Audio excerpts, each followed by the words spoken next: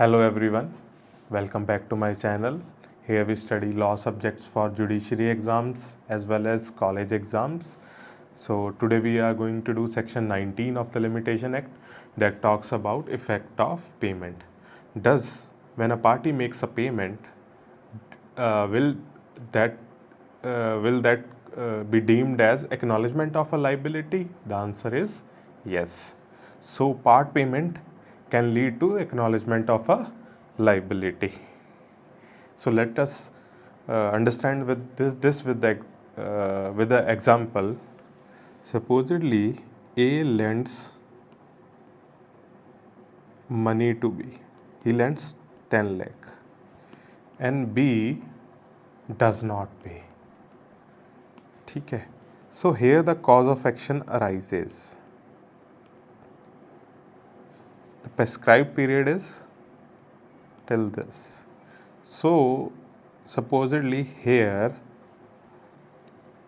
B pays 10,000 to A. B क्या करता है, प्रेस्क्राइब पीरियड से पहले ए को 10,000 वापस दे देता है एंड राइट्स अ नोट, एक नोट में लिखता है that I have paid 10,000 to A and B himself makes a note. So what is this? The effect of this payment is that from the date of payment, fresh period of limitation computation will start.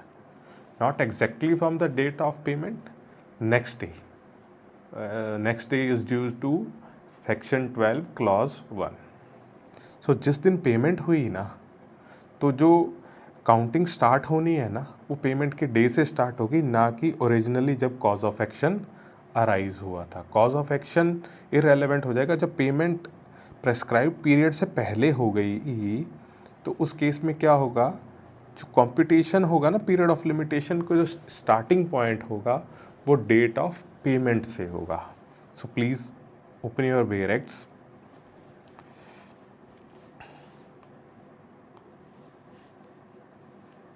Effect of payment where payment on account of a debt और interest.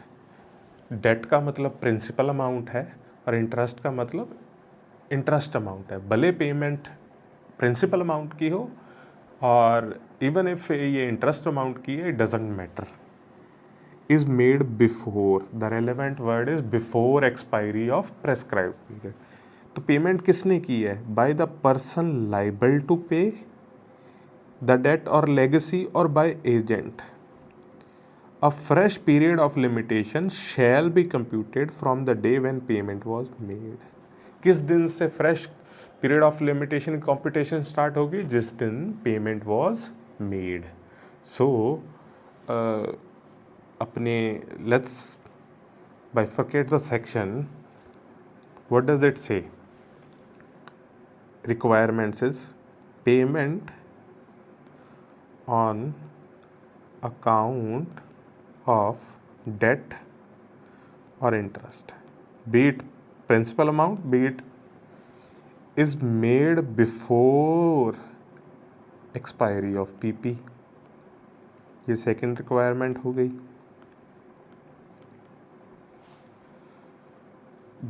Third is by person liable to pay या agent.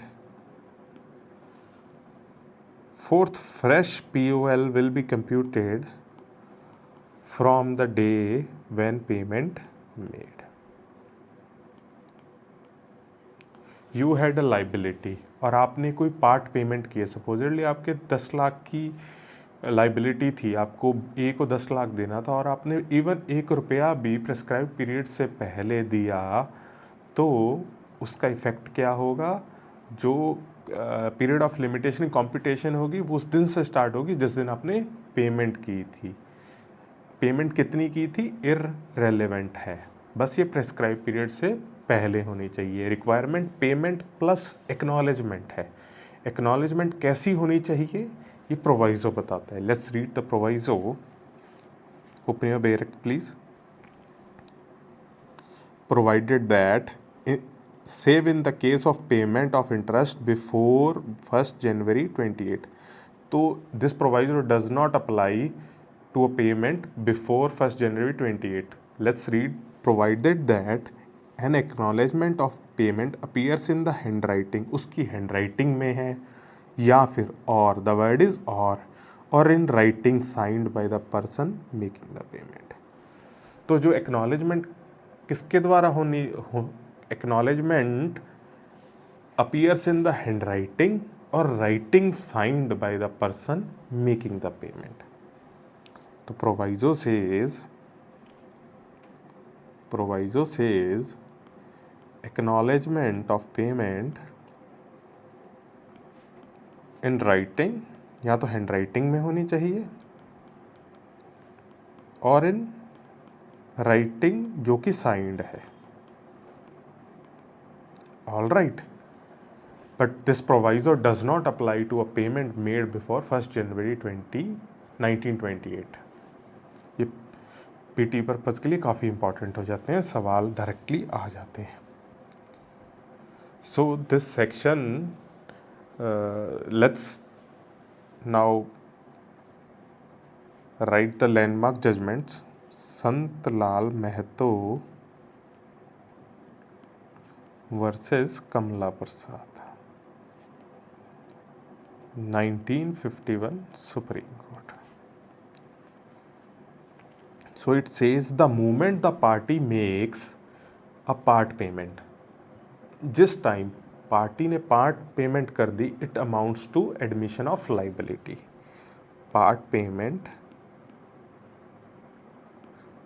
amounts to admission of liability, that you had a liability.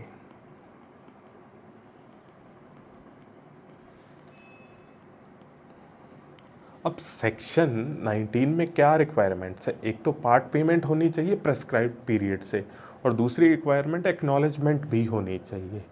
तो क्या part payment और acknowledgement भी prescribed period से पहले होनी चाहिए?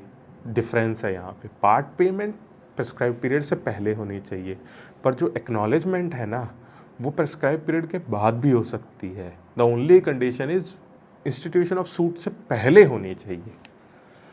So let us understand this with the example. So here the cause of action arises. Here he made a part payment. ये था प्रिस्क्राइब पीरियड, और प्रिस्क्राइब पीरियड से उसने पार्ट पेमेंट तो कर दी, पर उसने एक्नॉलेजमेंट नहीं बनाई. एक्नॉलेजमेंट क्या? बे I made so and so payment, है ना, एक्नॉलेजमेंट नहीं की. तो the requirement is prescribed period के बाद भी एक्नॉलेजमेंट की जा सकती है, बट ये किससे पहले होनी चाहिए? इंस्टीट्यूशन ऑफ सूट से. जब आप सूट कर रहे हो ना, उससे पहले होनी चाहिए. तो ये इस केस में हेल्ड किया गया था. प्लीज़ लिखिए, the payment, part payment shall be made before prescribed period, but acknowledgement in writing signed or in handwriting regarding payment can be made at any stage,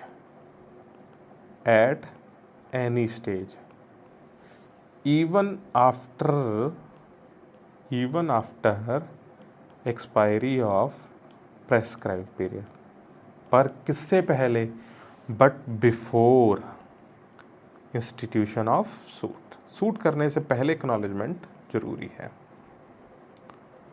hope you are understanding. अब एक example समझिए. When we give cheque to a person, is that also acknowledgement of liability? The answer is yes. तो उस case में जिस दिन check draw हुआ था वो पार्ट पेमेंट का डे होगा, और या जिस दिन चेक प्रेजेंट किया गया था बैंक के सामने, वो होगा पार्ट। तो इसको समझने के लिए सपोजिडली यहाँ पे चेक ड्रॉ किया गया और डेट जो चेक के अंदर लिखी गई है वो इस दिन लिखी गई, और cheque presented on this date by the drawee, cheque present इस दिन हुआ। तो डेट ऑफ पेमेंट कौन सी होगी? Date in the cheque, this will be date of payment. इस दिन पेमेंट मानी जाएगी जिस दिन डेट, जो चेक के अंदर डेट लिखी गई है। तो इसकी एक लैंडमार्क जजमेंट है Jivan Lal Acharya versus Rameshwar Lal Agarwala 1967 supreme court. It was held that the date specified on check, जो डेट स्पेसिफाइड है चेक पे, is the date of part payment of debt. All right. एक और सिनेरियो देखिए। सपोजिडली किसी ने पार्ट पेमेंट के लिए आपको चेक दिया और वो चेक बाउंस हो गया। तो यहाँ पे आपका कॉज ऑफ एक्शन अराइज हुआ था रिकवरी का। यहाँ पे उसने आपको चेक दे दिया, चेक ड्रॉ कर दिया,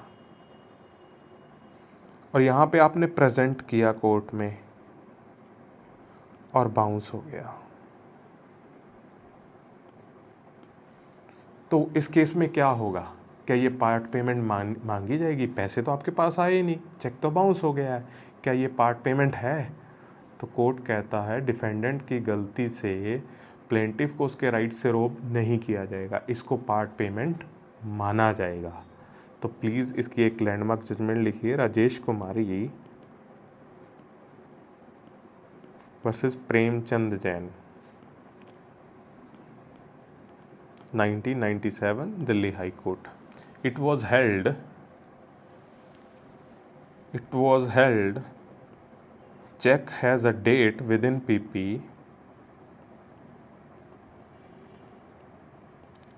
and on presentation check is dishonored। Presentation पे क्या हो गया? चेक डिसऑनर हो गया। Then also for the purpose of section 19 it will be deemed payment was made। अब रीज़न क्या है इसका? कि गलती तो डिफेंडेंट की है, उसका चेक बाउंस हो गया, तो जो राइट्स अक्रू हुए थे प्लेंटिफ को वो क्यों उससे ले लिए जाएं।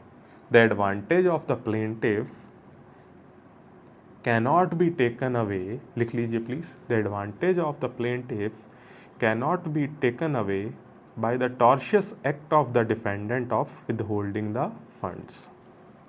तो इवन चेक बाउंस हो गया है फिर भी ये पार्ट पेमेंट मानी जाएगी सेक्शन 19 के लिए।